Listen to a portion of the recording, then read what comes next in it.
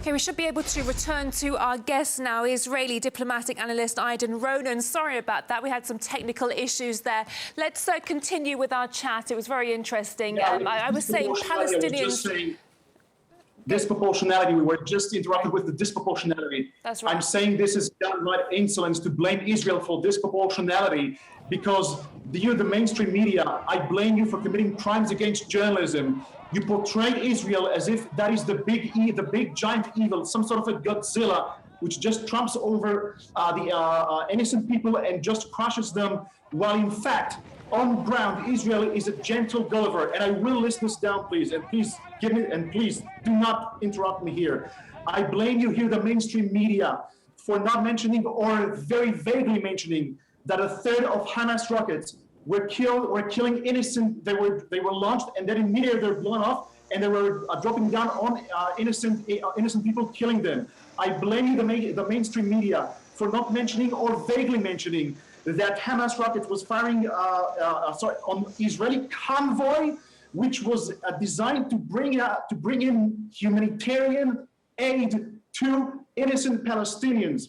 I blame you, the mainstream media, for not mentioning a phone call which was caught on camera. Check this one out, please. A phone call caught on camera where an Israeli security service agent is phoning a resident in Gaza and talking to him in Arabic. Please leave. We are about to kill. We are about to move in. The Palestinian mentioned, no, I will stay here. The Israeli replied, but you know, your kids are going to be killed. The Palestinian replied back, so what? Let them be dead.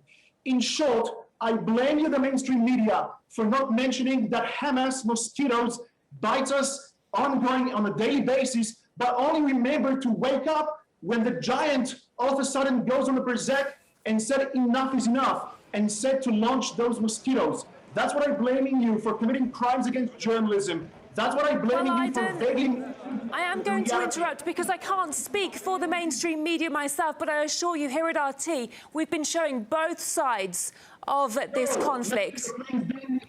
Nikki, you're playing dumb. Yes, mentioning is one thing, but putting it in the proper context, that's quite another. You know, you're a journalist. You know perfectly well how journalism works. It means zero meaning any piece of news if it is not put in the proper context. And yes, I realize you cannot speak for entire mainstream media. You can speak for RT. Then very well. Then let's go to RT. Let's go to RT. Maybe we can continue with our chats, our interview, so we can both speak to each other. Would that be okay? Allow me please to say something regarding RT. Just before you got me live on air, you mentioned the Israeli bombardment. Can I ask you there, how many times have you mentioned Hamas bombardments which take place on anywhere between daily to weekly to monthly basis? I challenge you, please, Nikki, to answer me this question. Idan, just 2 days ago, we had the former Israeli Prime Minister in the studio talking for 30 minutes. We have been given a voice to both sides of this conflict.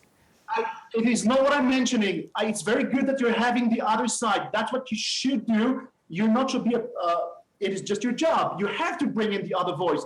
I'm talking about your ongoing coverage, not before bringing on guests. Your ongoing coverage. Would you rather please having my question answered, please, Nikki? How about you answer my questions, seeing as I'm the interviewer and you are the interviewee? I will answer everything. I will answer everything. Then maybe we can continue with our interview. Would that be okay? Yes, please. Yes, and please, let's be fair and honest here. Let's be fair and honest, because we Israelis have our own list of convictions against the media, and we have those evidence are backed and checked. Please, let's have a fair discussion. I'll get your questions answered, and please, you're part of the game.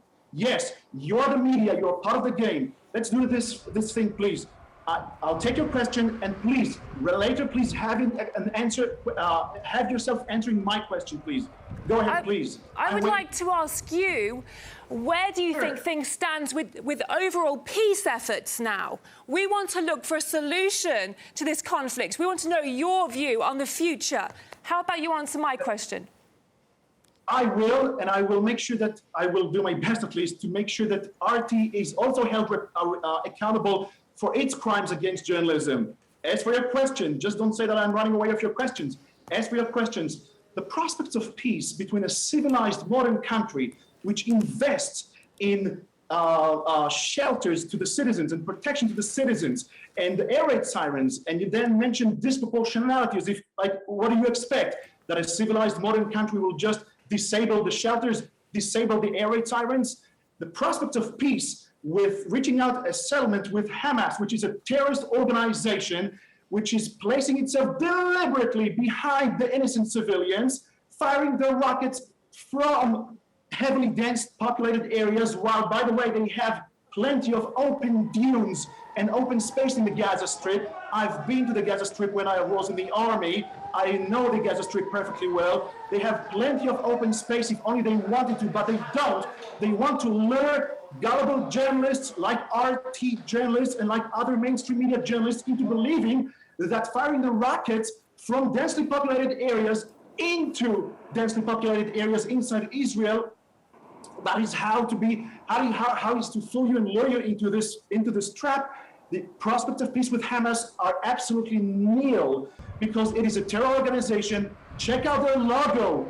Their logo mentioned the entire map of what is today Israel, Gaza, and the West Bank, meaning they don't want a state. They want a caliphate. We can never deal with those 7th century throwbacks. And as of now, I would like you please to answer my question here, Nikki.